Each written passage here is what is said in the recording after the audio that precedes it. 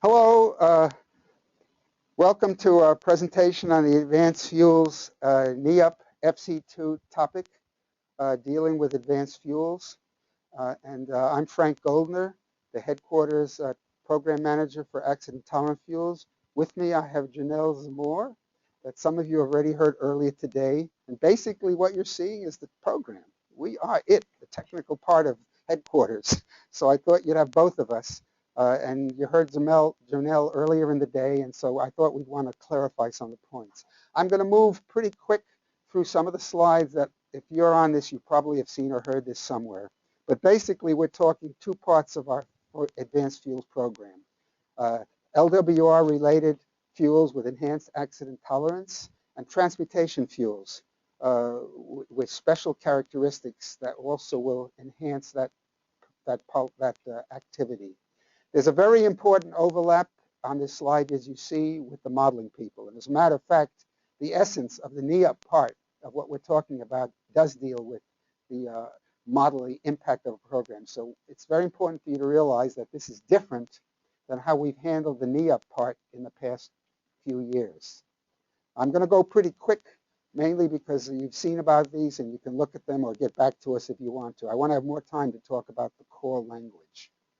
But obviously, we still have the goal that by 2022, an accident-tolerant fuel to have some demonstration or research demonstration, and in the advanced fuels, we want to prepare the way for several decades from now for demonstrations.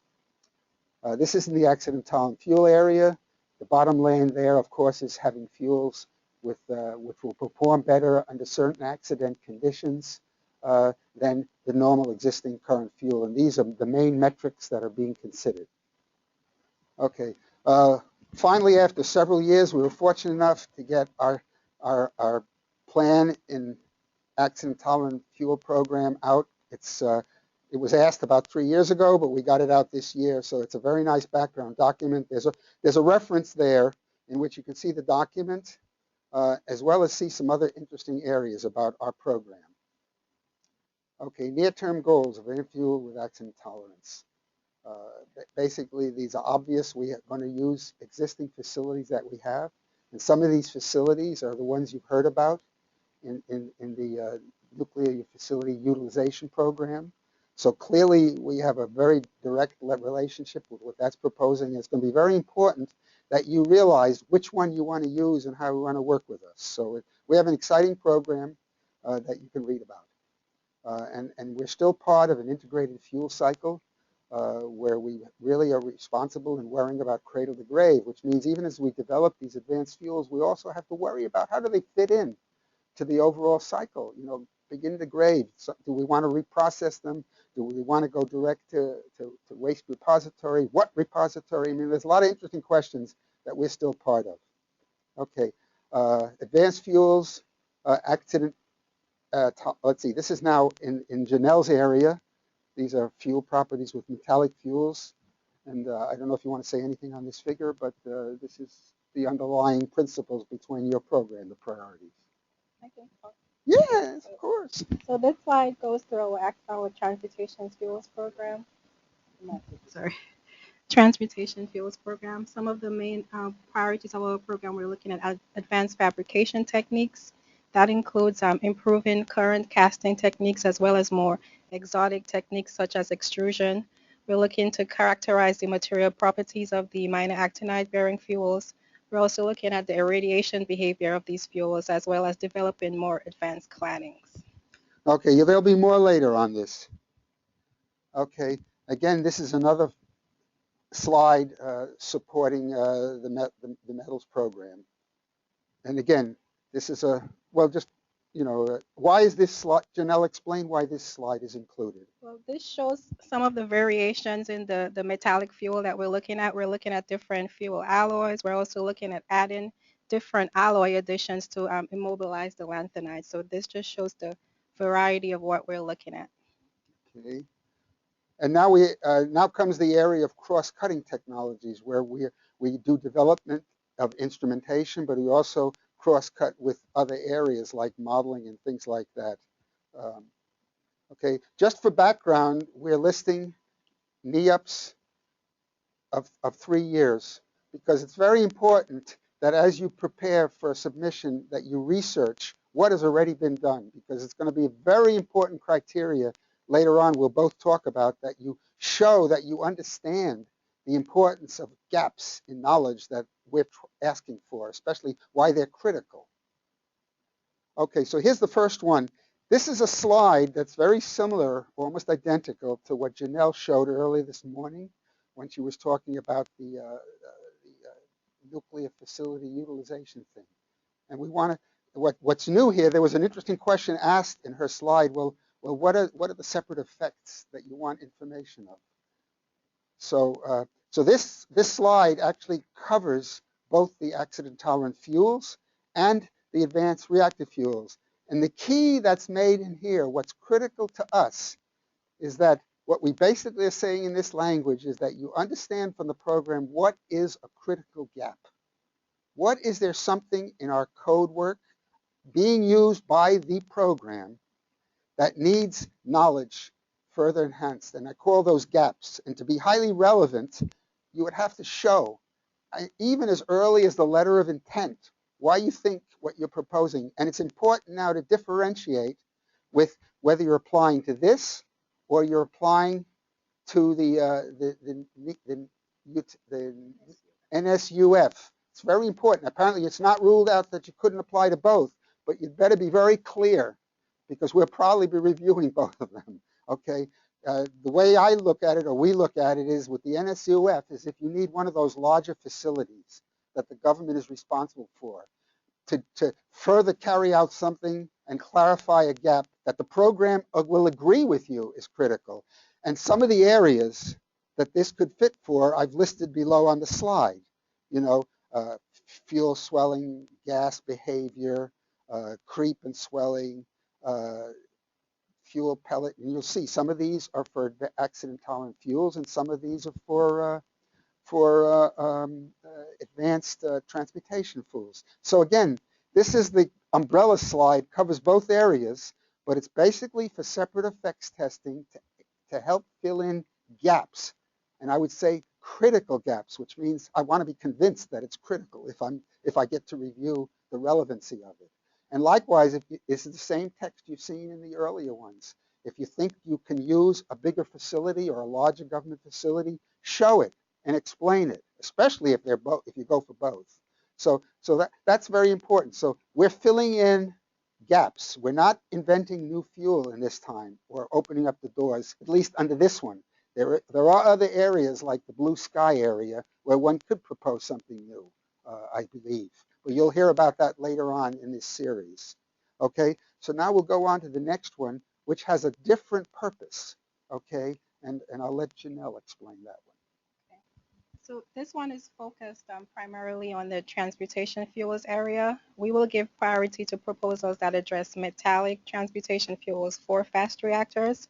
And the two main things that we're looking for in this particular work scope, we're looking for changes to the current fuel alloys that will improve the performance as compared to traditional fast reactor fuels. We're also looking for any additions to the alloy that could immobilize the lanthanides, which cause FCCI. So we're looking for some optimizations or improvements to the alloy. And like Frank mentioned, you have to tell us how your proposal addresses critical gaps with our program, and all data needs to be compatible with the Moose Bison Marmot code. Okay, so again, you see these are the two main ones. I'm going to go pretty quick because I think if there are any questions on this, obviously you can contact us. Dr. John Carmack is the National Technical Director, and I think there are people in the program who may be able to answer specific questions. But again, I would strongly urge that you do your research, contact people, program people, make sure you really understand the gap and try to communicate that in the proposal. This is a new site that's available where you can read some documentation we've prepared on our program. But what I find neat about this slide is you notice there's a whole bunch of hexagons there. And the first one is ours, but every one of the others gives you something about another part of the any program effort. So I find this is a very useful site. It may ask you to log in, but you don't have to log in to go with these items here. You just have to click on them, as I understand it. So I think that's extremely useful. We have put out several documents that should be interesting to you. We've listed them here. And again, if there's any questions of the existing, you should really understand the existing program or try. If these are not good enough, and I would imagine they should be, get to our National Technical Director and he'll direct you either to documentation or to the programs. Okay, this is who we are. You've seen the headquarters team. Ken Keller is out this week, but he's also part of our team, mostly helping us with advanced experimental capabilities for our program, and that fits very closely into the NSUF area. So he'll be a good person if one needs information. John Carmack, I haven't listed all the people as some other programs have, but John will be glad to direct you to that. And again, lastly, go to the awards.